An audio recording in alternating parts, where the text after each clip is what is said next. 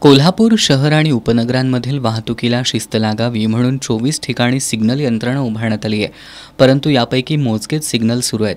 नेहमी वाहनांची वर्दळ असणाऱ्या लक्ष्मीपुरी, कोंडाओळ, गंगावेश अशा महत्त्वाच्या ठिकाणचे सिग्नल बंद आहेत.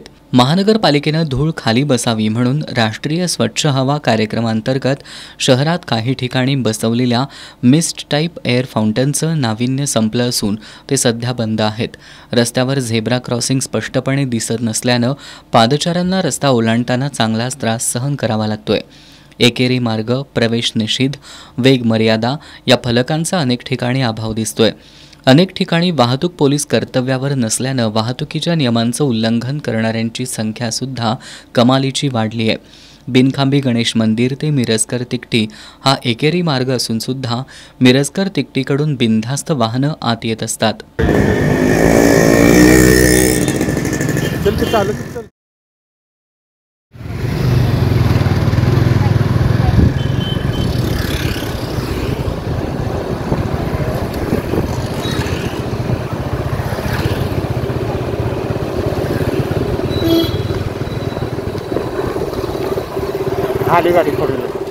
बेशिस्त वाहन पार्किंग, अस्ताव्यस्त रिक्षा थांबे यामुळं वाहतूक कोंडीत भरच पडते. शहरात प्रवेश करणाऱ्या मार्गांवर सुद्धा अनेक ठिकाणी वाहतूक कोंडीची समस्या भेडसावते. उचगावजवळ राष्ट्रीय महामार्गाखालील पुलाजवळ नेहमीच वाहतूक कोंडी होत असते. या ठिकाणची सिग्नल यंत्रणा सुरू करण्यासाठी अजून कोणत्या सिग्नलची वाट पाहिली जाते हे समजत नाही.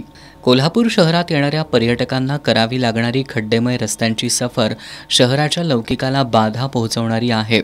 पण महानगरपालिका प्रशासनानं कितीही बदनामी झाली तरी शहरातील रस्ते सुस्थितीत ठेवणार नाही असा जणू निर्धारच केल्याचं दिसतंय.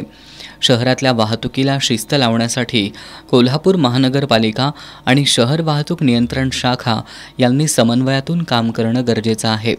अनेकदा दोन्ही यंत्रणा एकमेकांकडे बोट दाखवून आपली जबाबदारी झटकण्यातच धन्यता मानतायत. पण या दोन्ही यंत्रणांनी प्राधान्यक्रम निश्चित करून वाहतुकीला शिस्त लावण्यासाठी उपाययोजना राबवणं आणि त्याला जबाबदार नागरिक म्हणून कोल्हापूरकरांनी सहकार्य करणं तितकंच गरजेचं आहे.